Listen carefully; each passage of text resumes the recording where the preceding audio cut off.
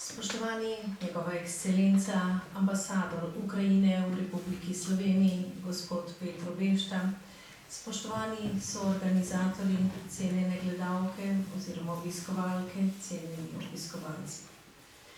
Vsako leto, ko se znova zberemo v tej dvorani, srčno upam, da se ob taki priložnosti ne bomo več zbrali.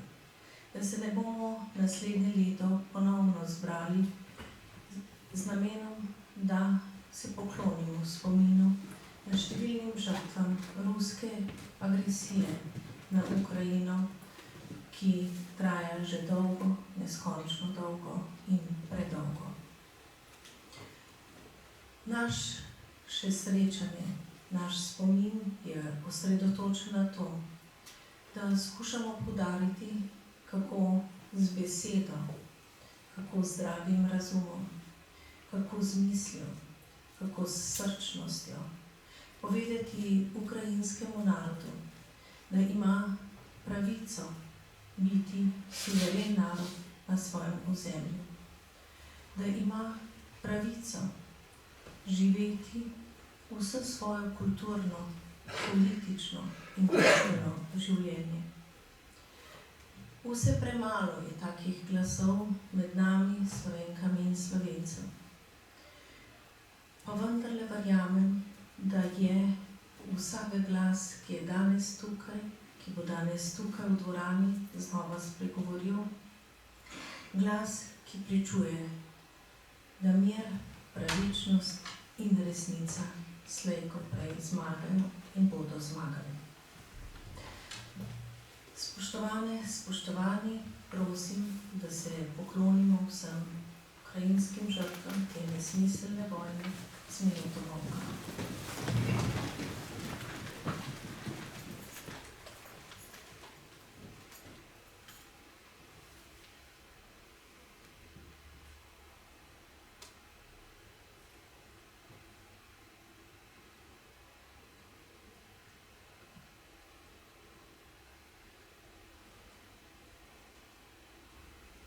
Slava jim.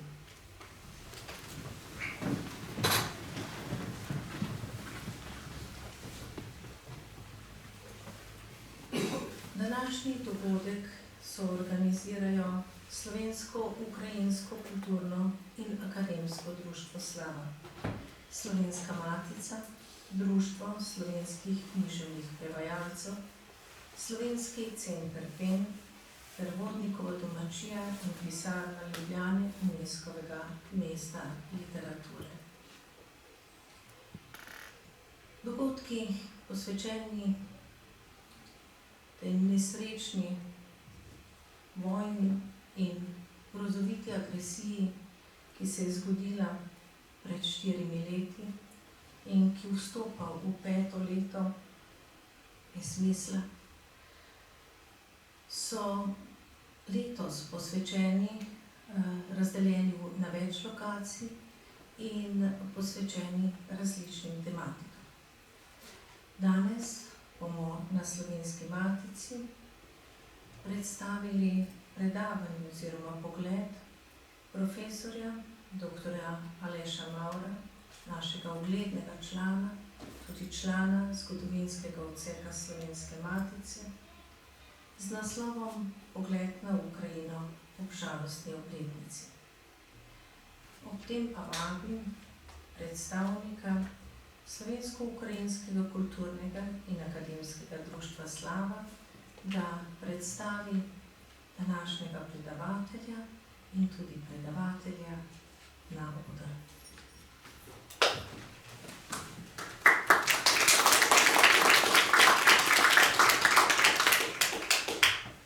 Ekscelenca, čaščeni smo zaradi tega vašega obiska, gospe in gospodje. Imam zelo prijetno nalogo predstaviti svojega kolega, nekdanjega študenta tudi in prijatelja Aleša Mavra, ki ga verjetno dobro poznate, ampak vseeno mi bo dovoljeno reči par besed.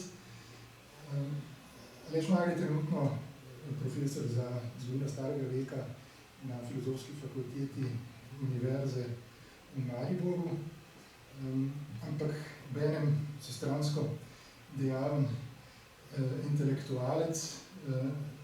Pred 3 leti, če se ne motim, je išla njegova knjiga o Ukrajini, ki se mi zdi res zgleden, čudovit primer poljudnega, ampak zgodovinsko poglobljenega pisanja. Tudi nekaj, kar sem vedno pri Alešu občudoval, je ta umetnost žlahtne poenostavitve in posplošitve.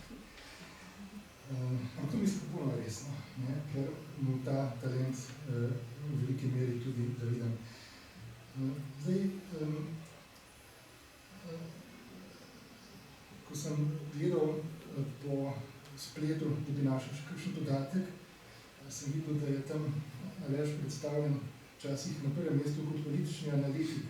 Ampak to je danes nekoliko devalviran pojem, vsaj za moj občutek, ker ravno tisto, kar najbolj manjka tem doktorogljivosti ponavljajočim se vedno enakim političnim analizam, je neka zgodovinska poglobitev. Mislim, da ravno pri Ukrajini dobimo ta občutek pa pri redkih dogajanjih, takih svetovnih razsežnosti, ki smo jim danes pričali tako, da če se nekoliko ozremo nazaj v zgodovino, nam tukaj postane jasno skoraj vse. Zdaj je to pravzaprav edini primer takega dogajanja, kjer smo tak občutek. Zato sem tem bolj vesel, da je danes z nami zgodovina.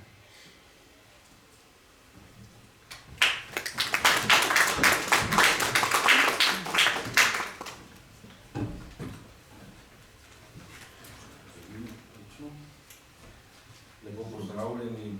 V začetku moram tudi jaz reči, da si zelo želim, da se naslednje leto ne bi zbirali ob tem dnevu in ob taki priložnosti.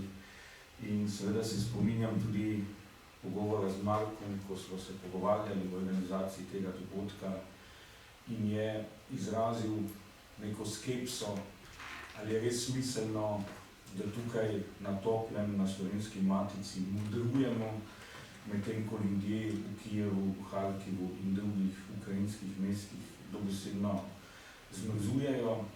Naj ni to na neki način groteskno, pa vendar morda lahko prispevamo kamenček vseh s tem, da to gorje predstavljamo in da skušamo predstaviti, kot je tudi Marko že napovedal, nekatere izvore te nepojmljive agresije na celotno ozemlje Ukrajine, ki se je začela pred več kot 4 leti.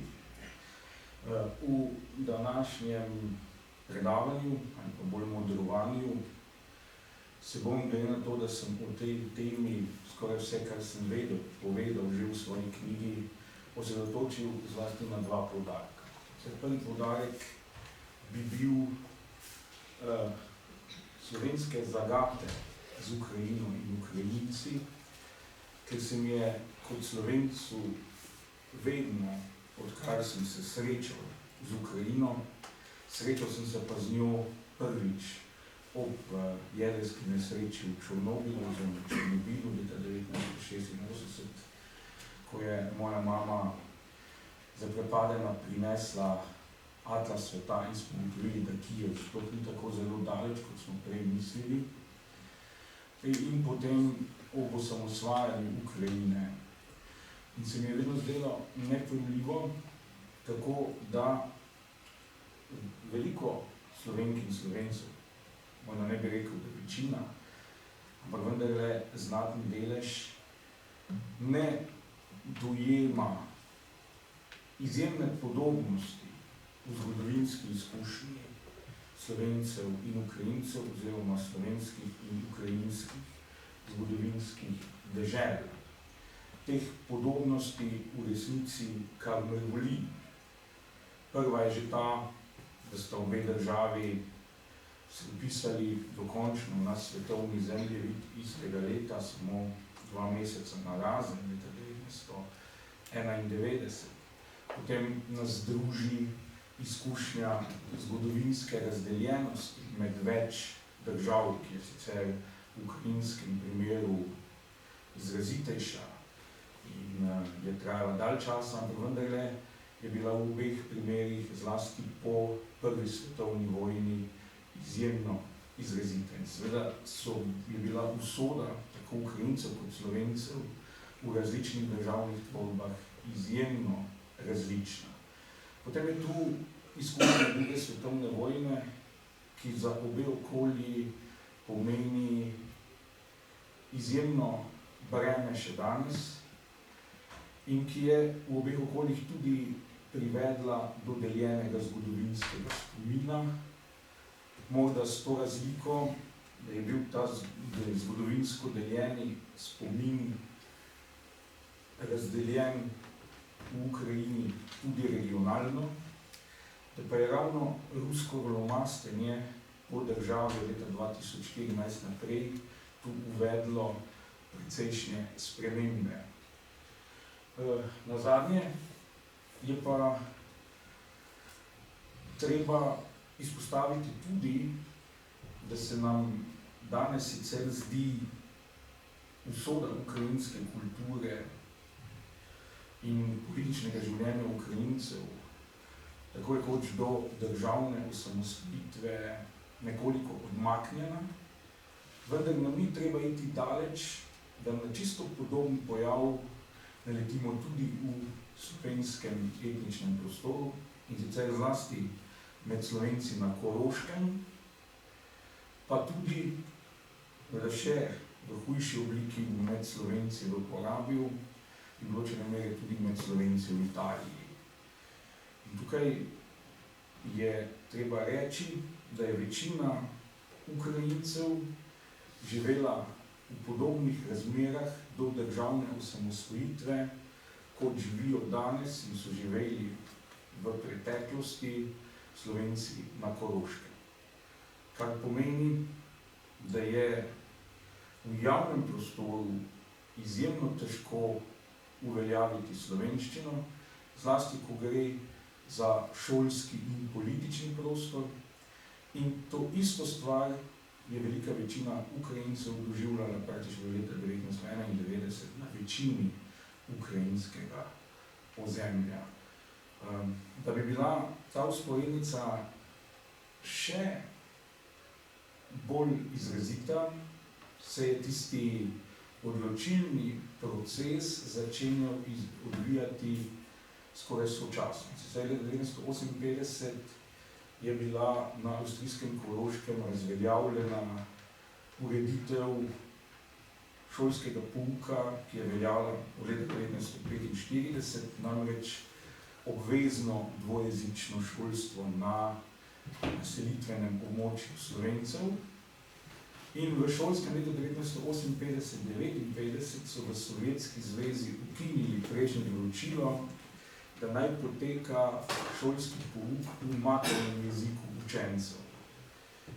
In so se lahko starši odločili, da želijo za svoje otroke namesto tega pouk v ruščini. Posledica obeh teh ukrepov je bila prav tako enaka, namreč šlo je za to, da se je izjemno povečal pritisk na starše na Koroškem, da odjavijo svoje otroke od dvojezičnega pouka, kar je pomenilo, da sta približno 2 desetletji so res samo otroci najbolj slovensko zagnanih staršev obiskovali dvojezični pouk. In v Ukrajini se je izjemno povečal, v drugih republikah se je izjemno povečal pritisk na starše, naj za svoje učene otroke zahtevajo pouk v ruščini. Argument je bil tudi povsod enak, češ ukrajinščina in slovenščina sta kmečka jezika, narečje za domače rabo, tak znate, vrata v svet pa vam bosta odprli rimščina oziroma ruščina. Še bolj katastrofalne posledice kot v Ukrajini je imela takšna ureditev v sosednji Belorusiji, in da bi se to priklicali v spomin, se mi zdi najboljši odlomek iz eseja beloruskega pesnika in esejista Valjancina Aprudoviča, ki je napisal pred približno 13 leti esej o Belorusiji in tam govori o sebi, oziroma kako je, če se kdo v Belorusiji, ki se imenuje po beloruskem narodu, javno predstavlja kot Belorus na ta način, da govori v javnosti belorusko.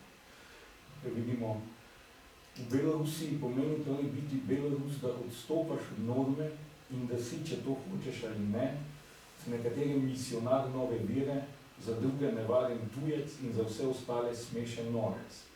Celo uporaba beloruščine v Belorusiji politična in seveda estetska odločitev. Povsod na svetu ne počno ljudje, če se pogovarjajo v svojem maternem jeziku, ničesar drugega kot to, da se pogovarjajo. Pri nas je drugače. Če v javnosti govorimo belorusko, je to politična demonstracija ali performance. Vsi, ki se po naključju nahajajo v bližini, postanejo takoj pozorni, saj je stvar tako nenavadna in nepričakovana. Biti Belorus pravzaprav pomeni, da vsak dan igramo vlogo Belorusa v gledališki predstavi brez konca. Živimo in umiramo na odru. Celo po smrti poslanstvo ni končano, kajti na tvojem nagradu mora biti tvoje ime nujno v beloruščini. In če ste se kaj sprehajali, recimo po pokopališčih Zilske doline, naprimer v Gorjah, v Bistrici na Zilji ali na Brdu, potem boste videli tiste malo številne nagrobnike, ki še zdaj so novi in imajo slovenske napise, tudi očitno v delu tega okviru takega performansa. Seveda, položaj v Belorusiji ni popolnoma primerljiv s položajem v Ukrajini, to pa iz razloga, ker Belorusi za razliko od Ukrajincev niso imeli ozemeljsko zaokroženega območja, kjer bi lahko vendarle bolj volili beloruščino. Ukrajinci so pa tak otoček obdržali na zahodu države, predvsem v pokrajini Galiciji, ki do leta 1939 praktično ni imela kulturno-zgodovinskega stika z Rusijo in je zato tudi sovjetska oblast po drugi svetovni vojni tam v jezikovni politiki gledala malo bolj skozi prste. Ampak drugače je pa ureditev šolskega jezika povzročila, da je v vseh mestih srednje in južne in vzhodne Ukrajine ruščina izrazito dovladovala. To razmerje je bilo v Kijevu verjetno 10:1, v Harkivu je pa najbolj šlo bolj proti 100:1 v korist ruskih šol. In Slovenci bi seveda morali samo na Koroško pogledati, pa bi videli, kakšne posledice to pusti. Ampak ravno takšno stanje, ki je posledica vsiljevanja ruščine, je paradoksno zaslužno za ene od dveh najpomembnejših zagat, ki si jih ima veliko Slovencev z Ukrajino. In ta zagata je čisto preprosto dejstvo, da je za današnjo slovensko pamet nepojmljivo, da bi se nekdo imel za gorečega Slovenca, pa ne bi znal slovenščine. Čeprav na Koroškem bi ravno take primere tudi srečali. V Ukrajini pa to vsaj do leta 2014 ni bilo nič nenavadnega. Če je bil in si lahko praktično res, glede na to, odkot je človek prišel, napovedal njegovo kulturno-politično usmerjenost. In seveda za Slovence je bilo najtežje razumeti, da posebej v srednji Ukrajini, recimo v Kijevu ali Vinici ali Poltavi ali Černihivu, živijo ljudje, ki govorijo kot svoj prvi jezik samoumevno rusko, so pa goreči Ukrajinci. In slovenski pameti je bilo zelo težko dojeti, da to, da govorijo rusko, ne pomeni, da so Rusi. In je zelo vplivalo potem na predstavo, da je ukrajinščina v najboljšem primeru pač neki privesek ruščine, v bistvu pa gre tukaj za Rusijo z nekimi malenkostnimi razlikami. To je prva velika zagata Slovencev z Ukrajino, ki se sicer, moram reči, v zadnjih 4 letih vsaj deloma zmanjšala seveda tudi zaradi tega, ker je agresija ruskega režima na Ukrajino, ki se je začela v 2014 z okupacijo Krima, pomenila tudi za številne Ukrajince, ki so sicer bili kulturno blizu Rusiji, naklonjeni nekim širšim globljim stikom z Rusijo in skeptični do večje naslonitve na Zahod, tudi zaradi že omenjenega deljenega spomina na drugo svetovno vojno, kjer je zlasti južna in vzhodna Ukrajina delila z Rusijo in večino Belorusije absolutno heroiziranje velike domovinske vojne. Tako da recimo zanimivo, da v Belorusiji vse na začetku velikega demokratičnega gibanja proti Aleksandru Lukašenki po narejenih volitvah avgusta 2020 so se tudi demonstranti vse od začetka še opirali na to partizansko tradicijo. Belorusija je bila znana kot partizanska republika, ampak potem se je seveda to v zadnjih 5 letih tudi v Belorusiji v teh krogih začelo spreminjati. Ampak se mi zdi, da je Putinov režim z okupacijo Krima, se pravi z odvzemom dela ozemlja Ukrajini, tudi za večino Ukrajincev na jugu in vzhodu prekoračil rdečo črto. To se pravi, bližina Rusiji da, priključitev Rusiji ne, gotovo tudi na jugu in vzhodu Ukrajine, tudi že pred letom 2014. In to seveda je dokazal tudi ukrajinski plebiscit, ki je bil približno leto dni po slovenskem, 1. decembra 1991, ki je v celoti dal zelo podoben izid kot v Sloveniji, s tem, da je bila podpora neodvisnosti na Zahodu praktično 100% v Galiciji in Voliniji, ampak je bila pa tudi na vzhodu in jugu, recimo v Donješkem bazenu, krepko čez 80% in celo na Krimu, kjer je živelo večinoma rusko prebivalstvo, je bila ta podpora čez 50%. Mislim, da je to tisto izhodišče, iz katerega moramo do ocene razmer v Ukrajini izhajati. Ukrajinci ne glede na to, kako se razlikujejo po jeziku, pa so se razlikovali po rabi jezika, pa tudi po veri, njihova skupna identitetna točka je navezanost na ukrajinsko deželo, na Ukrajino kot neki zemljepisni in politični pojem, z tega vidika mogoče so podobni tudi Škotom. Zdaj pa Slovence seveda je zelo begalo tudi, zakaj, glede na to, da je spričo te šolske politike v Sovjetski zvezi, ki je se naslonila na dolga obdobja vsiljevanja ruščine od 18. stoletja naprej. Zakaj? Glede na to, da je več kot polovica prebivalstva verjetno v osamosvojitvi bolje znala rusko kot ukrajinsko, zakaj Ukrajina nikoli ni uvedla ruščine kot drugega uradnega jezika. Tudi to bi moral biti odgovor za Slovenca izjemno preprost. Predstavljajte si, da bi v Mariboru, odkud jaz prihajam, leta 1923 ali pa leta 1925 uvedli nemščino kot drugi uradni jezik. Nemščino, ki je bila pred desetletja v javni rabi privilegirana ali skoraj edina navzoča in je imela na terenu izjemno prevlado.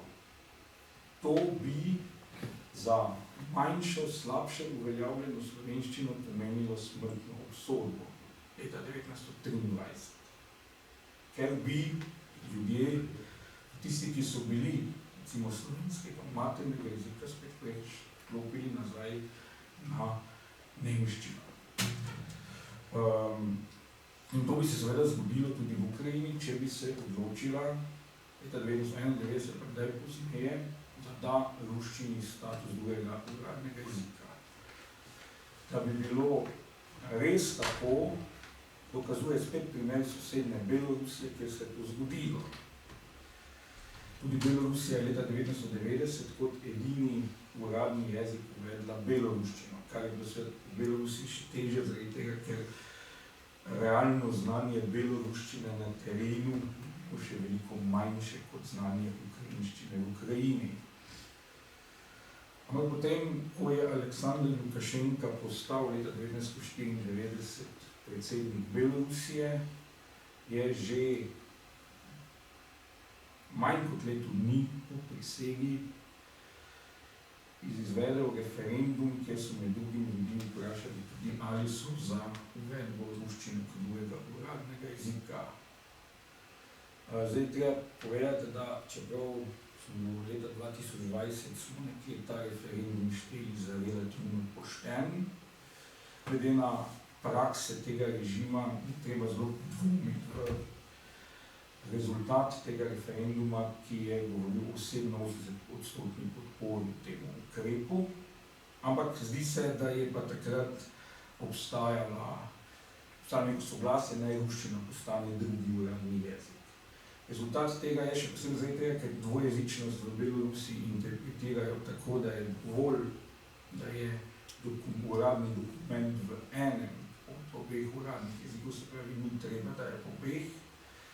Je to seveda pripeljalo do tega, da danes je od pravnih aktov v Belorusiji 1,5% v beloruščini, ostalo je v ruščini. Tudi na šolskem področju se je možnost pouka v beloruščini zmanjšala praktično na raven iz zadnjih desetletij Sovjetske zveze. Bili so pa tudi časi, ko niti spletna stran predsednika republike recimo ni imela beloruske različice.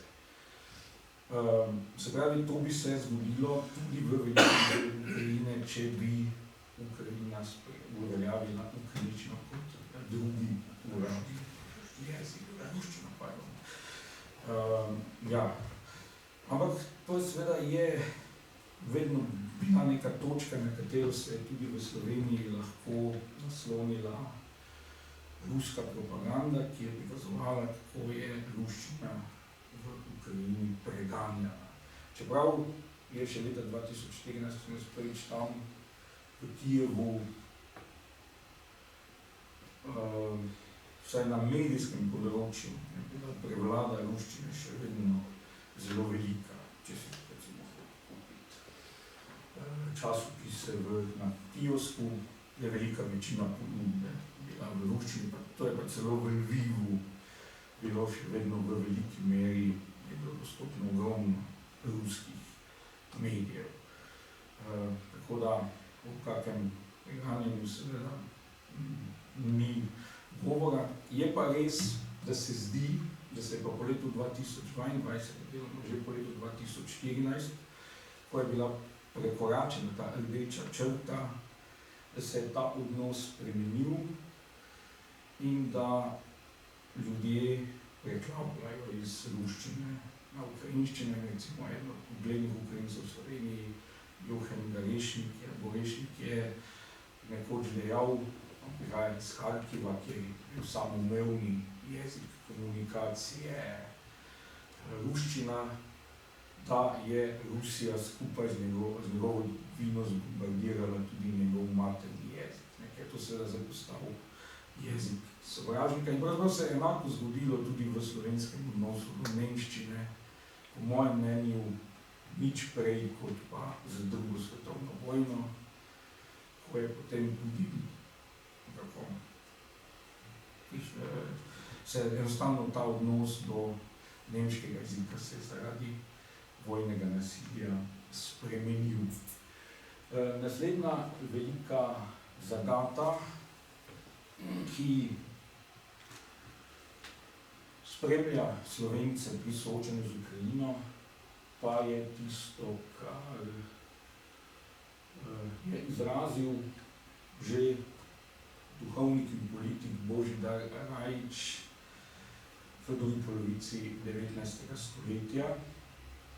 In gre seveda za neko slovensko navdušenje nad vseslovanskim povezovanjem, pri čemer si niso znali predstavljati, da bi lahko bil pri nekem slovanskem narodu v vlogi zgodovinskega tekmeca in zatiralca in nasprotnika drugi slovanski narod.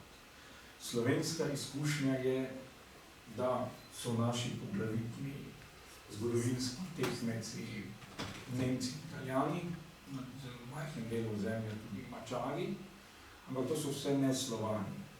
Pri Ukrajincih je pa za Slovence bil paradoks v tem, da so njihovi glavni tekmeci, če odštejemo Mađare v Zakarpatju, bili vedno drugi Slovani. Zelo dolgo Poljaki, skoraj do druge svetovne vojne, je bilo to ukrajinsko-poljsko nasprotje skoraj tako močno kot ukrajinsko-rusko in pa Rusi.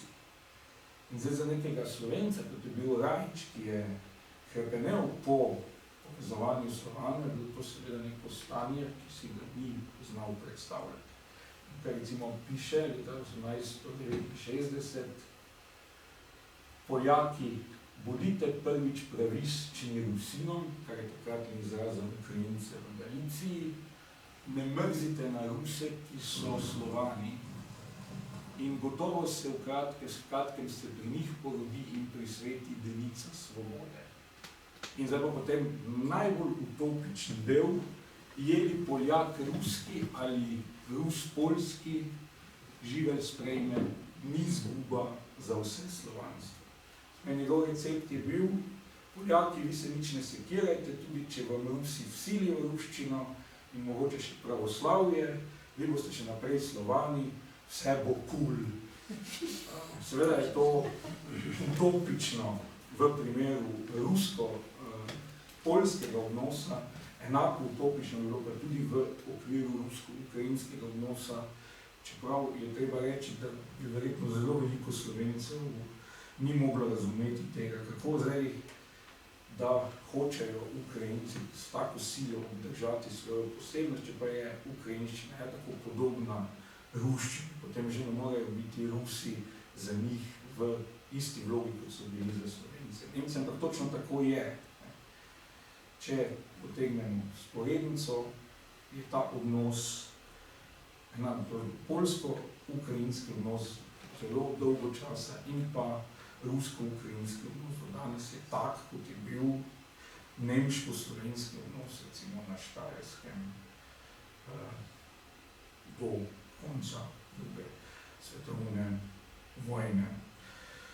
In tukaj slovenska pamet zelo pove, pa še nekaj je treba upoštevati in sicer,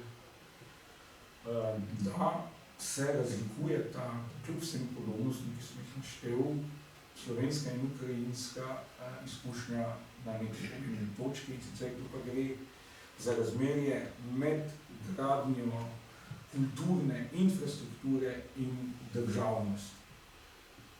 Slovenci že v času avstrijske ustavne dobe, se pravi v zadnjih desetletjih 19. stoletja, pa v prvih desetletjih 20. stoletja razvijajo praktično vso kulturno infrastrukturo in politično infrastrukturo, ki jo potrebuje razvit narod, vključno seveda z Matico slovensko leta 1864, čeprav res, da ne v vseh deželah, kjer Slovenci živijo enako uspešno, medtem ko Ukrajinci razen v Galiciji, pa deloma v Bukovini, nimajo te infrastrukture, ker v Ruskem carstvu ni nobene možnosti za izgradnjo samostojne ukrajinske kulturne infrastrukture do leta 1905, pa še potem v zelo omejenem obsegu, oziroma celo najbolj omejevalni ukrepi proti ukrajinščini izvirajo iz zadnjih desetletij 19. stoletja, kot sta okrožnica Izemstva in pa okrožnica Valujeva. Ampak Ukrajinci, ne glede na to, in to celo tako imenovani vzhodni Ukrajinci, se pravi Ukrajinci, ki živijo na območju Ruskega carstva, gredo takoj v projekt državnosti, ker pri njih je obstoj samostojne države šele nujen pogoj, da lahko začnejo graditi kulturno infrastrukturo. In dejansko potem ustvarijo, tako kot že v rekordnem času, glede na slabo izhodišče, državo, v koncu Prve svetovne vojne, ki je mednarodno priznana, pa jo potem zmelje nasprotje med boljševiki na eni strani in med Poljaki na drugi strani in se tudi ne uresniči ideja poljskega maršala Pilsudskega, da bi vsaj recimo v današnji srednji Ukrajini nastala neka tamponska država med Poljsko in Sovjetsko zvezo. In to je po mojem mnenju ena večjih geopolitičnih evropskih katastrof 20. stoletja, da ukrajinska država po Prvi svetovni vojni ni preživela. Ampak v tistem kratkem času, ko obstaja, pride do izjemne gradnje kulturne infrastrukture, do uvajanja ukrajinščine v javno življenje, do ustanavljanja celo univerz in tako dalje, kar je pa potem prekinjeno z boljševiško okupacijo in potem sledi kratka faza tako imenovane ukrajinizacije ali korenizacije, ko boljševiki stavijo na razvijanje samostojnih narodnih kultur, narodov nekdanjega imperija, ampak to je seveda s figo v žepu, zato ker geslo tega projekta je, da naj bo kultura nacionalna po obliki in socialistična po vsebini, kar seveda pomeni, da bi morala biti vsebinsko izjemno ozko zastavljena in se to potem prelije v katastrofo, zato ker ne samo, da se program ukrajinizacije konča in da se vrne rusifikacija, ampak je tudi ta elita, ki je delovala v času ukrajinizacije, praktično fizično iztrebljena po koncu 30 let. In potem se ta zgodba ponovi tudi leta 1991, seveda šele nastanek samostojne ukrajinske države, potem omogoči, da tudi kulturna infrastruktura v ukrajinščini spet nastane. Medtem ko pa pri Slovencih je pravno obratno, pri nas pa ta kulturna infrastruktura obstaja, ampak pravega poguma ali pa prepričanja, da je res pot samostojne države tisto, kar je pravo, ni. Prevlada strah, da bi se Slovenci utopili v tem srednjeevropskem morju, da bi ostali sami, brez drugih južnih Slovanov, v Avstriji. In je to glavna gonilna sila, ki pa je lahko sledimo že v čas programa Združene Slovenije, kjer je vedno kot neka rezervna opcija širše južnoslovansko ali pa celo vseslovansko povezovanje. In zaradi tega je to ena kar precejšnja razlika, se pravi, da Slovenci imamo to prednost kulturne infrastrukture, pa malo bolj zadržani pri ustanovljanju samostojne države. In končno, velik del slovenske kulturne elite je vedno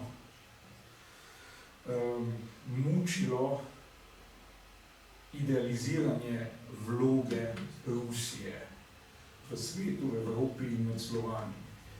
To je, kot je tudi gospod Mancevič zadnjič rekel, je tudi posledica tega, da seveda tega bližnjega stika Slovencev z Rusiji in pa zlasti Sovjetsko zvezo seveda je zelo malo. Pri tem so se recimo zgodovinsko lahko naslanjali na Čehe, ki so bili tudi izjemno naklonjeni Rusom, ampak ta naklonjenost jih je minila leta 1948, zlasti pa po letu 1968, ko je prišlo do tega hudega trčenja s sovjetsko resničnostjo. Medtem ko v slovenskem primeru tega trčenja nikoli ni prišlo in zato je idealizirana podoba postala precej bolj nedotaknjena. Torej bi pa rekel, da so pa trije veliki miti o Rusiji, ki so posebej močno zakoreninjeni v slovenskem prostoru in seveda vplivajo potem tudi na ocenjevanje razmer v Ukrajini. Prvi mit je, da je Rusija slovanska velesila, edina slovanska velesila, ki, kadar jo bomo potrebovali, bo vedno nesebično priskočila na pomoč. Ta mit se je seveda oblikoval že v 19. stoletju. Potem temu se je pridružil v 20. stoletju drugi mit o Rusiji kot prvi deželi socializma in seveda dobil izjemno velike razsežnosti po drugi svetovni vojni in kot je zlasti Bernard Knežmah tudi večkrat pokazal, mu ni veliko škodil tudi ta zunanji razhod med Titom in Stalinom po letu 1948. Še vedno je Sovjetska zveza ostala svetilnik. In tretja stvar, ki pa je novejšega datuma in ima tudi ta potencial, da pravzaprav zajema ljudi z zelo različnih političnih pogledov sicer, to pa je zamisel, da je Rusija v sodobnem svetu, zlasti Putinov režim, da je to neka zdrava, pravična sila, ki se edina upira tako imenovani svetovni globoki državi, kar je recimo anekdoto iz časa, ko je šlo za to, katera cepiva uporabljali v času pandemije in sem marsikoga slišal reči, ja, jaz se sicer ne bom cepil, ampak če bo pa dovoljen Sputnik, se pa bom cepil, zato ker Rusi gotovo ne bi naredili nič, kar bi škodilo njihovim ljudem. To je tako velik optimizem. No, to je to, zdaj pa, ker sem porabil že skoraj ves čas, bi v drugem delu se še malo posvetil izvoru Putinove agresije na Ukrajino, oziroma zakaj je Ukrajina tako v ospredju Putinovega zanimanja. Seveda, vzvodov je več, nekateri so manj pomembni, drugi so bolj pomembni. Recimo za nekega strateško razmišljajočega voditelja bi to bil prvi razlog zelo privlačen, vendar tu je treba zelo poudariti, da ne glede na nekatere ocene sebi naklonjenih ocenjevalcev, Putin ni Peter Veliki in zlasti ni Otto von Bismarck, ki bi se znal omejiti oziroma razmišljati tako strateško, da bi iztisnil največ za Rusijo. V tem primeru bi seveda agresija verjetno zajela samo Doneški bazen. Potem je seveda v ruskem nacionalizmu ima zelo veliko vlogo Kijev kot tako imenovana mati ruskih mest, ker ni časa, da bi se bolj posvetili temu vprašanju, terminološkemu vprašanju razlikovanja med pojmoma Rus in Rusija, ki je zelo pomembno na podzavestni ravni to, da se srednjeveška tvorba s sedežem v Kijevu v slovenskem prostoru praviloma imenuje Kijevska Rusija, tudi vpliva na to predstavo, da je Ukrajina samo nekak privesek Rusije, se enako velja za Belorusijo. Potem seveda tudi to približevanje NATO, se lahko ob tem dlje zadržali. Prva stvar, do leta 2014 in do ruske okupacije Krima v Ukrajini nikoli ni bilo večinske podpore za članstvo v zvezi NATO, oziroma je bila omejena pretežno na zahod, mogoče na nekatere dele srednje Ukrajine. Medtem ko se v ostalih delih absolutno to ni imelo večinske podpore. Lahko seveda rečemo, da je bila najbrž politika Zahoda do Rusije takoj po letu 1990 manj ustrezna in da je v Rusiji pripeljala do podobnega sentimenta kot v Nemčiji po prvi svetovni vojni. In da je to tudi eden od motorjev, ki napajajo Putinov režim, ker je pač Rusija izgubila imperij in tudi navadni ljudje so imeli občutek, da so ga izgubili po krivici ali pa zaradi neke mednarodne zarote. Seveda tudi Putin kot obnovitelj imperija pride prav tako, kot je prišel Dolfe po prvi svetovni vojni, kjer mimogrede tudi vzpomni Dolfeta meni še vedno ostaja zgodovinska uganka. Vendar bi pa poudaril predvsem dva motiva, in sicer mislim, da tudi to Putin zelo jasno povedal v tistem svojem slavnem psevdozgodovinarskem govoru 21. februarja 2022.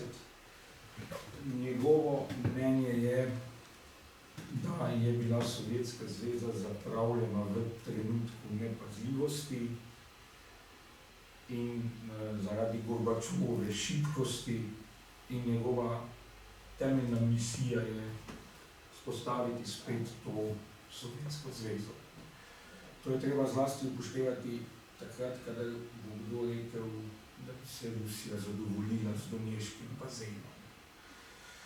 In pa seveda tudi dejstvo je, da če bi ukrajinskega junaškega odpora ne bilo, če bi prišlo do kapitulacije Ukrajine, to nikakor ne bi bila zadnja postaja tega uničevalnega pohoda.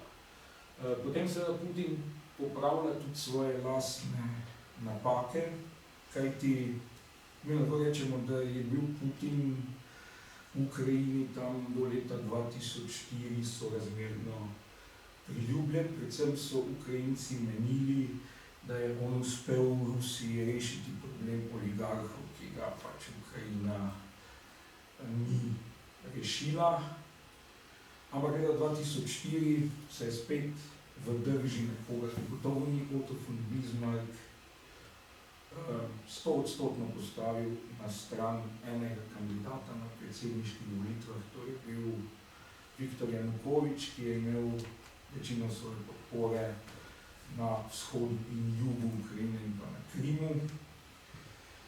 In tisto, kar je pa v dno duše pretreslo, je pa bila potem oranžna revolucija, ki je zaradi tega izbruhnila, in svojo takratno politiko je Putin v veliki večini Ukrajino in Ukrajince zapravil. Zato v bistvu se to, kar počne, je gašenje požara z bencinom, ker hoče popraviti svojo lastno napako. Ampak seveda mogoče sem idealist, vendar se mi vseeno zdi, da je pa glavni motiv strah pred tem, da bi se v Ukrajini pokazalo, da je čisto na ruskem pragu vendarle možna demokracija ali pa vsaj neka oblika demokracije, kjer imate dejansko delujočih več strank, kjer se predsedniki na ena pa na dva mandata menjavajo, kjer deluje od režima neodvisna civilna družba, kjer obstajajo mediji, ki predstavljajo različne poglede in vse to. Ukrajina gotovo ni Indija, Koromandija, problemi so bili vedno vrsta čas, 30 let ogromni, ampak to je pa uspelo ohraniti. Ta družbeni pluralizem.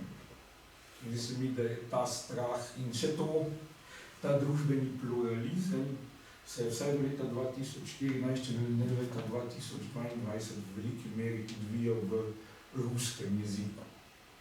Velik del medijske scene, kot rečeno, je bil ruski, veliko znanih ukrajinskih politikov, je kot svoj prvi jezik govorilo ruščino, od 6 predsednikov, mislim, da 4, samo Leonid Kravčuk, prvi predsednik, in pa Viktor Juščenko sta imela svoj prvi jezik ukrajinščino, Kučma, Janukovič, Porošenko in pa sedanji predsednik Zelenski so imeli kot prvi jezik ruščino. Recimo tudi Julija Timošenko, ki je bila mogoče v Sloveniji najbolj znana ukrajinska političarka, je bila izvorno govorka ruščine, se je potem ukrajinsko naučila, ko je postala podpredsednica ukrajinske vlade. In mislim, da je to tisti moment, ki bi pa najbolj podžiga sovraštvo do Ukrajine in to željo, da Ukrajina kot suverena država, da bi Putin sprejel marionetno državo, ki je bila na papirju, tako kot je za trenutno Belorusija, je država, ki pa dejansko nima polne suverenosti. To bi najbrž sprejel. Zdaj sem prej že dolg, ampak dovolite mi še samo 2 poudarka. In sicer prvi poudarek je ta, da jasno je, da smo po 4 letih vojne tudi mi, ki smo natopljeni v foteljih naveličani vojne, da so Ukrajinci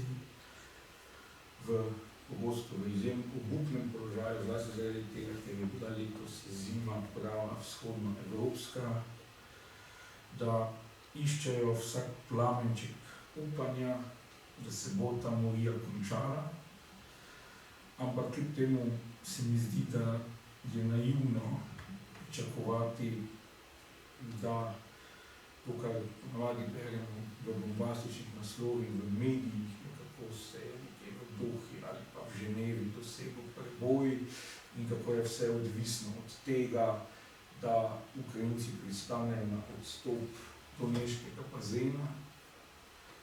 Celo mislim, da bi Američani morda lahko izsilili, da to ne bo konec, zaradi tega, ker Putinov režim in Putin osebno na tej točki preprosto ne more izstopiti iz vojne. Že iz prve svetovne vojne, pa iz druge svetovne vojne vemo, da je v tako dolgem vojaškem spopadu odlaganje orožja zelo težavno. Težko situacija bo tudi v Ukrajini, ko bo enkrat vojne konec, da se bodo zastavila vprašanja o poteku vojne, da se bodo vrnili vojaki, ki s travmami, s front. Ampak ne bi menilo bolj se vrnitve teh vojakov s travmami, s front bojijo v so obdržali svojo suverenost na 80% ozemlja. In jaz osebno mislim, da je pravzaprav Putin, kar je paradoks, od sedaj živečih ljudi največ naredil za to, da se je ukrajinska nacija tako povezala. Prej najbrž ni bila. Ampak v Rusiji pa ni nič tega, zaradi, ker če bi danes vprašali Putina, ali je dosegel katerega od svojih ciljev, je odgovor ne, in vsi mrtvi na ruski strani so umrli za popolnoma nič. In tudi Donješki prezem nima v ruski nacionalistični mitologiji nobene vrednosti, kljub svojemu naravnemu bogastvu. Za Putina bi štela samo nesuverena, podjarmljena Ukrajina. In zato v tem trenutku Putin ne more izstopiti iz te vojne, glede na to, na kakšne koncesije bi Ukrajina pristala. Vse, kar bi bilo manj od tega, da se spremeni v Belorusijo, da po moje zato premalo. Zato tisto, kar jaz osebno govorim in pišem že od začetka, od okupacije Krima, pot k končanju vojne na žalost vodi predvsem preko sprememb v Rusiji. Te spremembe pa so očitno zelo oddaljene, oziroma nimamo nobenih pravih informacij, ki bi lahko povedali, kako blizu, kako daleč so. Brez tega bo zelo težko. No, mogoče bi, če bi Američani sedanjo administracijo razumeli položaj, da bi v tem primeru imeli še nekakvega asa iz rokava, ki bi ga lahko potegnili. Druga stvar, ki bi rekel, pa bom s tem res končal, je pa še ena stvar, ki je tudi povezana malo s slovensko koncepcijo Rusije, namreč vedno se mi zdi zabavno, čeprav po drugi strani tragikomično, koliko ljudi v Sloveniji, Evropi in na svetu naseda tako imenovani Putinovi konzervativni revoluciji oziroma razume Putina kot nekega konzervativnega voditelja oziroma celo obnovitelja krščanstva.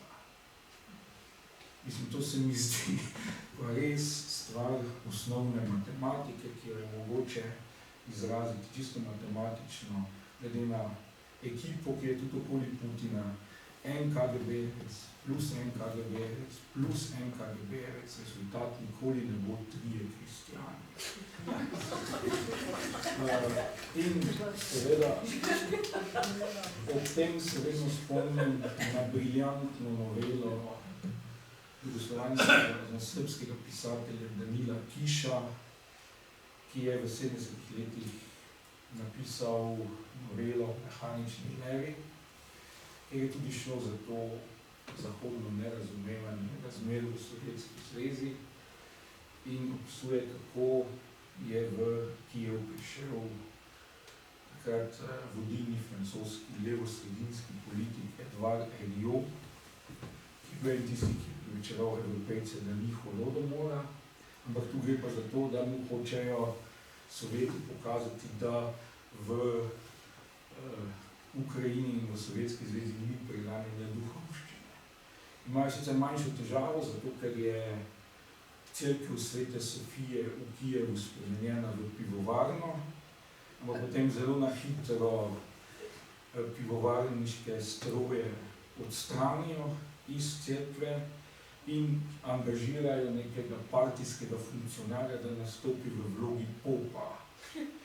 In potem še neke druge aktiviste in opis je potem videti tako, malo težav, zato ker šofer vzame partijskega funkcionarja, ki ga je prej pripeljal k maskerju, potem pa se je vrnil kot pop preveč zares, a te kašale, ki so ga vsi klicali kar Aljoša, Rajkomov šofer, prav tisti, ki ga je bil pripeljal, mu je pri vstopanju v avto poljubil roko.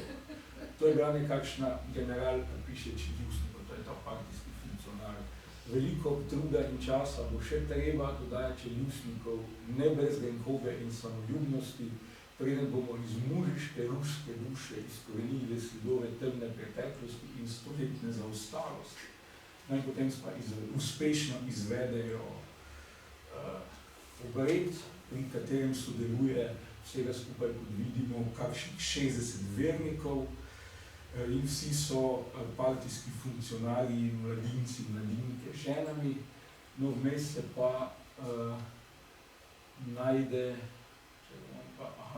so mi bili vsi obrazi bolj manj znani, poleg razen neke starke, katere obraze nisem poznal in si njene navzočnosti nisem znal razložiti, so prav očitno prišla neka ženica z ulice in se udeležila tega obreda.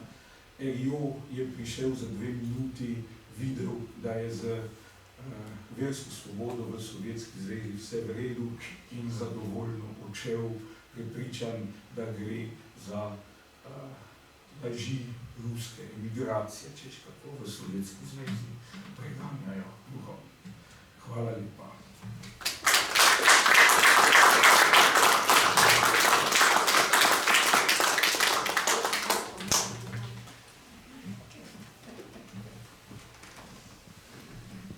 Hvala profesorju dr. Alešu Mavru za to predavanje. Debata bo sledila kasneje. Namreč zelo smo počaščeni, da tudi drugi člani Slovenske matice, član našega filozofskega odseka, naš ugledni avtor, sodelujejo v mednarodnih razpravah in tudi knjižnih publikacijah o Ukrajini in njeni pravici do miru. In tako da vabim na oder profesorja dr. Lenarta Škofa, da predstavi publikacijo, pri kateri je sodeloval, in seveda tudi predstavnika društva Slava, da na kratko predstavi dr. Škofa.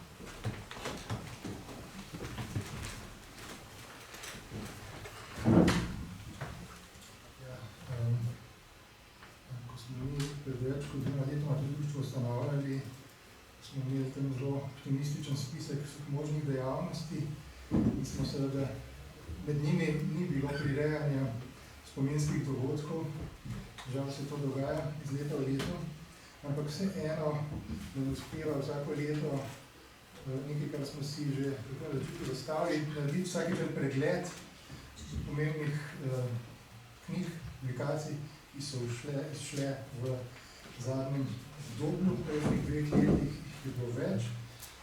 Spravi, tako leposlovje nas zanima kot zgodovina, memoari, vse, kar je kakorkoli povezano z kraljinsko preteklostjo in sedanjostjo.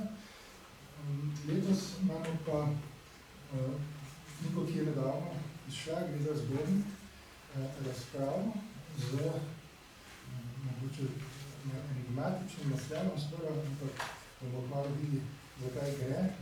Marian Reflections on War and Peace.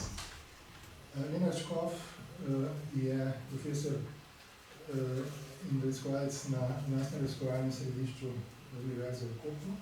Avtor cele vrste knjig, vse so s področja etike, ali pa religiologije, odnosov med verstvi. Več jih šlo pri ameriških, nemških založbah in ta, ki jo imamo zdaj pred sabo, je šla pri ugledni angleški in mednarodni založbi Routledge. Tako da, hvala Lenart, da si sprejel to video in nas bo res zanimalo, kaj se skriva za tem naslovom. Hvala lepa. Sem popravek, nisem na Univerzi v Kopru, vsega smo se skupaj borili proti tej univerzi, ki je imela zelo veliko potez osebe, o kateri danes govorimo o Rusiji. Skratka, tudi meni je veliko čast, da sem lahko tukaj pred vami, se zahvaljujem tudi gospodu veleposlaniku in ekipi iz ambasade in vsem, ki ste prišli poslušati ta večer. Jaz ne bom dolg, je bilo tako dogovorjeno 10-15 minut predstavil na hitro knjigo. Knjiga je šla pri založbi Routledge, London, New Yorku. Jaz sem takoj po začetku vojne, ko je začela Rusija uničevati Mariupol, nekako instinktivno prišel do pač te neke potrebe, da nekaj organiziram in sem kontaktiral direktorja Inštituta za religijske študije Avstralske katoliške univerze, ki ima svoj kampus v Rimu in smo potem zelo hitro organizirali konferenco, pridružila se še Univerza Notre Dame. Ideja pa je bila seveda, da pogledamo z teološkega vidika, kako nam lahko lik Marije, marijanske teologije pomaga preživeti te travme, ki smo jim priča v Ukrajini in tudi seveda malo širše po svetu, ampak mi se ne osredotoči se na Ukrajino. Tako da ta konferenca, tudi ta knjiga je posvečena Mariupolu kot Marinemu mestu in kraju pač uničenja in pač seveda nekih strašanskih travm.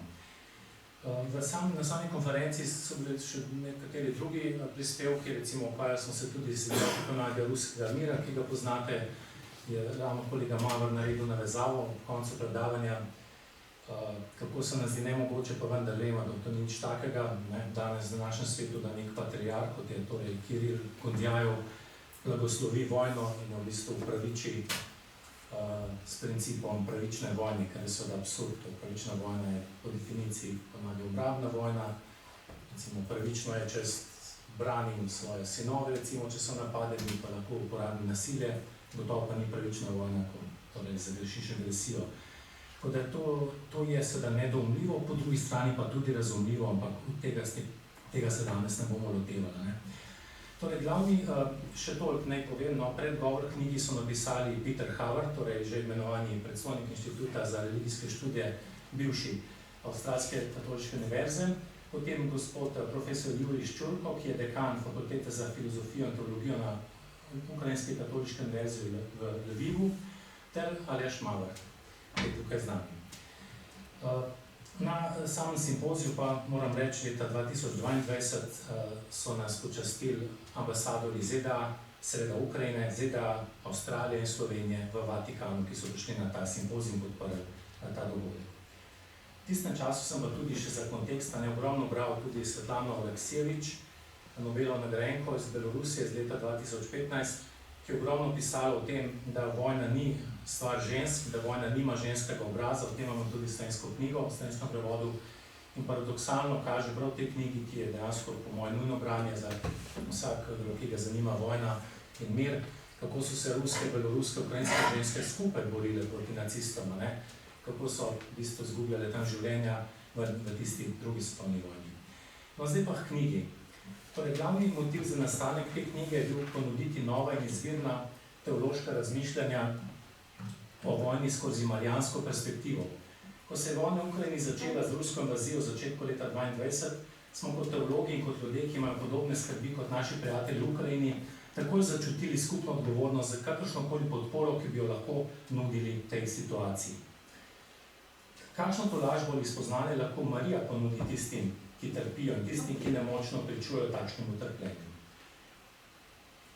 Delo torej izvira iz že omenjene mednarodne konference, ki je bila v glavnem posvečena trpljenju otrok, žensk in seveda tudi moških v Mariupolu in je iz ekumenskih teoloških perspektiv kritično poskušala odgovoriti na rusko invazijo na Ukrajino s sklicevanjem na Marijo.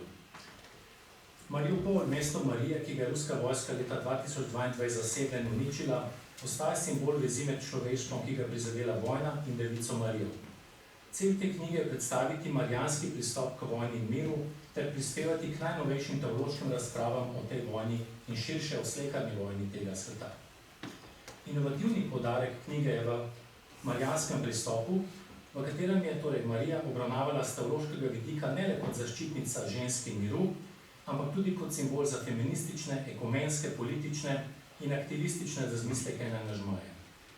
Ker knjiga sodi na področje politične teologije, tudi eden od njenih ciljev tudi prikazati različne zgodovinske in sodobne uporabe Marije kot simbola mirovništva, osvoboditve in zaščite ranljivih, pa tudi njeno seveda napačno predstavljanje ali celo zlorabo v namene vojne, kar se seveda tudi dogaja v Rusiji, pa tudi včasih malo je drugače upodobljena kot rekel bolj bojevniško volko, kar pa seveda ni nujno še zloraba. Knjiga tako ponuja nove in izvirne prispevke k teološkim razmišljanjem o vojni, travmi in miru, o teološki etiki, ekofeminizmu in tako dalje. Knjiga je razdeljena na 3 dele, kako tudi vidite, in bom pač predstavil na kratko samo 4 posebej pomembna poglavja, po mojem mnenju, za danes. Vesel pa sem, da so v prvem delu seveda dobili priložnost ukrajinski teologi in teologinje, torej Halina Tesiluk, Pavlo Smicnjuk, tudi moj kolega in sorodnik, ter Lidija Lozova. V knjigi so pa seveda še potem teologi, teologine iz Nizozemske, Belgije, ZDA, Združenega kraljestva in Slovenije. V prvem poglavju ukrajinske teologine Haline Tesiluk se avtorica začne svoje poglavje s pesmijo ukrajinskega pesnika Maksima Kravcova, ki so ga 7. januarja 2024 na frontni črti ubili ruski vojaki. Maksim, ki je pripadal vojaški skupini Golgota, komunicira z Marijo, ukrajinsko vojaško medicinsko sestro. Ta pesem prikazuje eno od vlog, ki jih imajo ženske v tej tragični in brutalni vojni in jih primera z Marijo, Božjo materjo, kot bodočo materjo brutalno usmrčenega sina. V poglavju Tesilukove je izkušnja žalosti in trpljenja otrok v Ukrajini primerjena z bibličnimi pripovedmi o Jaeli in Juditi, zlasti v povezavi z izkušnjo spolnega nasilja, ki ga ruski vojaki v Ukrajini uporabljajo kot orožje vojne. Tesiluk pokaže, kako ženske skozi vse te grozne izkušnje postajajo drugačne matere. Matere brez prihodnosti, matere brez otrok. A matere so tudi močne, kot pokaže Halina Tesiluk, da bi zaščitile svoje otroke in jim zagotovile prihodnost, se krčevito borijo in zato celo žrtvujejo svoje življenja, kar je v nasprotju s tradicionalnimi, patriarhalnimi pripovedmi o poslušnih ali pokornih materah v marijanski tradiciji. Pomembno sporočilo vseh teh razmišljanj je, da vojna v Ukrajini radikalno spreminja način, kako beremo tudi biblijske tekste na hermeneutični, etični in politični ravni, pa tudi v smislu kompleksnosti odnosov med materjo in otrokom. Prvi del knjige zaključuje še ena ukrajinska avtorica Lidija Lozova, ki predstavi sodobno marijansko ikonografijo v času vojne. Na podlagi bizantinskih prototipov se je v Ukrajini namreč razvila politično in etično zelo angažirana umetnost. Sodobne marijanske ikone v Ukrajini so pogosto povezane z ikonografijo Božje matere kot pokrove, v Sloveniji poznamo kot Božjo mati zavetnico, in kažejo izjemno umetniško moč, kot na primer ikona, ki je imenovana Mariupolska Božja mati iz leta 2022. Nekaj bom potem pokazal iz knjige. Obstajajo pa tudi drugi slogi, kot jih predstavlja in analizira Lozova, na primer različne podobitve Marijinega trpljenja in sočutja do človeškega trpljenja, kot je zdaj že znana, tako imenovana Madonna podzemne železnice, Madonna iz Kijeva ali Madonna of the Subway iz leta 2022. A morda najbolj ganljiva in teološko-etično pomembna ikona je ikona brez naslova Natalije Pastušenko iz leta 2022, ki prikazuje Marijo, Božjo mater, z luknjo v maternici. Namesto da nosi svojega otroka, je upodobljena v grozljivi antimaterinski podobi, zla, skrajne bolečine in žalosti ter teme, sveta, v katerem se matere soočajo z najtežjimi stvarmi, ki si jih lahko zamislimo. Samo nekaj teh, to je pač ikon iz knjige, sem vzel. Ta je seveda malo bolj tradicionalna, to je seveda Mariupolska mati Božja, Maksima Palenka. So izjemno močne simbolno, teološko. To je Ivanka Kripjakevič-Dimit, kateri se bom zdaj tudi obrnil. Tudi ena mariupolska mati. Potem je znamenita Madonna of the Subway. To je ta strahovita podoba Natalija Pastušenko.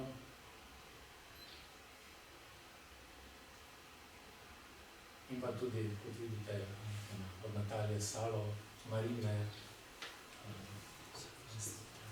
solze, zdravilne solze. Pa tudi ena ikona, ki ima dejansko delce ruske granate pač v sami ikoni. Drugi del knjige je posvečen Marijinemu miru in pravičnosti med travmo in žalovanjem. Ta del uvede Helen Zorndrager, profesorica sistematične teologije v Amsterdamu, pa tudi gostujoča profesorica na Ukrajinski katoliški univerzi v Lvivu. Zorndrager se poglobi v teme skozi teološko raziskavo, ki upošteva spol in temelji na dokumentiranih pričevanjih skoraj 300 ukrajinskih žensk, ki so se aktivno vključili v različne oblike upora proti ruski agresiji. Danes namreč v Ukrajini politična in feministična teologija nastaja na samem mestu, kot potrjuje Zorndrager. Njen teološki pristop skrajno občutljiv za travme je izraz nekaterih najmočnejših pričevanj, kar jih imamo. Sploh v teologiji danes. Za Zorndrager je pričevanje resnice in žalovanje izjemno pomembno. Njeno poglavje je razdeljeno na 3 dele, po uvodu o tragedijah Holodomorja in Gulaga ter dediščine te kolektivne travme, se osredotoči na s tem povezane liminalne značilnosti Marije, torej Marija, ki nekako preči običajna polja teologije, vključno z njenimi upodobitvami v vojni umetnosti. Nekatere intervencije, predstavljene in analizirane v tem poglavju, so osupljive. Naprimer, v seriji pričevanj Olhe Federove z naslovom Tables of Rage ali Table besa, napisanih na rabljeni stari posteljnini, ki je bila na voljo v času skrajne nevarnosti, Olha Federova pravi takole. To so zaklinjanja, kletve. Da bi se zadušil na moji zemlji, da bi se zastrupil z mojim zrakom, da bi se utopil v mojih vodah, da bi zgorel v moji sončni svetlobi, da bi stal nepremično ves dan in vso noč in da bi se bal vsako sekundo. Avtorica te besede pojasnjuje kot primer uroka ali čarobnega zaklinjanja v žanru stare ukrajinske folklorne tradicije Vidma. Najpomembnejši del tega poglavja pa je nedvomno pričevanje ukrajinske umetnice Ivanke Kripjakevič-Dimit, ki je utrpela neprekosljivo izgubo, njen sin je bil ubit na fronti. Z vključitvijo Marije Magdalene in Marije, matere Jezusa kot Teotokos ali Bogorodice, kot je rečemo tudi, v razpravo o vojni in trpljenju nam Zorndrager predstavi najhujšo od vseh mejnih izkušenj, to je seveda smrt otroka materi. Pričevanje Ivanke Kripjakevič-Dimit o Červona ruta, to je zelišče in hkrati naslov priljubljene pesmi v Ukrajini, je resnično osupljivo. Ivanka Kripjakevič-Dimit tu povezuje elementarno atmosfero cvetnega prahu te cvetlice z dejanskim smodnikom, ki je ubil njenega sina. Toda tu prah omogoča Ivanki materi, da zdaj samo ustvarja na božanski način. Njeno vlogo je ustvarjati, kot ponavlja Zorndrager, in če v teologiji obstaja upanje, kljub grozotnim vojnem vsem izgubam, se to nahaja prav na tem točki. Skozi svoje delovanje kot priča dejansko prebiva v ostajenju. Ljubezen do otroka je neprekosljiva in močnejša od smrti. Sovražnik ne bo zmagal in kljub bolečinam bo božanski stvarnik ustvaril novo življenje, njeno novo življenje, kot ganljivo sklene Zorndrager. Zadnji del, s katerim zaključujem, pa je posvečen nekaterim medverskim in medkulturnim možnostim v Marijini teologiji miru. Ga pa pač ponazarja tale upodobitev, ki se pa navezuje na Izrael-Palestino. V poglavju Marija, naša gospa osvoboditve, Marika Claire-Classen, kolegica iz Belgije, obravnava Marijo v kontekstu tragične vojne v Izraelu in Palestini. To poglavje se nanaša na zgodovinsko Palestino, kjer je Marija živela pod rimsko okupacijo, in na današnji Izrael in Palestino, kjer se zdi, da so se zločini Hamasa in vojni, ki jo vodi izraelska vojska, v kateri umira toliko palestinskih mater in otrok, izgubile še zadnje niti človečnosti. Zgodovinska Palestina je seveda kraj, kjer je Marijina prisotnost in čaščenje vidno že tisočletja. In cilj Klassenove, ki je svoje delo pisala med čudijskim obiskom Jeruzalemom in je bilo prekinjeno prav zaradi teh napadov, je poudariti marijanske glasove upora in osvoboditve za vse tiste, ki se znajdejo na robu družbe v kakršnemkoli ranljivem ali ogrožajočem položaju. Marie Claire-Classen opozarja, kako palestinska biblijska interpretacija in teologija osvoboditve identificirata Jezusa kot trpečega pod okupacijo in kako so tudi Jožef, Marija in Jezus doživeli izselitev iz svojega doma. Classen pove in pokaže, kako sveta družina danes ne bi mogla priti do Betlehema, če bi bila v Palestini, saj bi se soočila z zidom. V tej pripovedi o Jezusovem rojstvu želi poudariti tudi, kako težko je za ženske, ki so noseče v teh skrajnih razmerah. Vemo, da nekatera rojevajo s carskim rezom, brez anestetiko in tako dalje.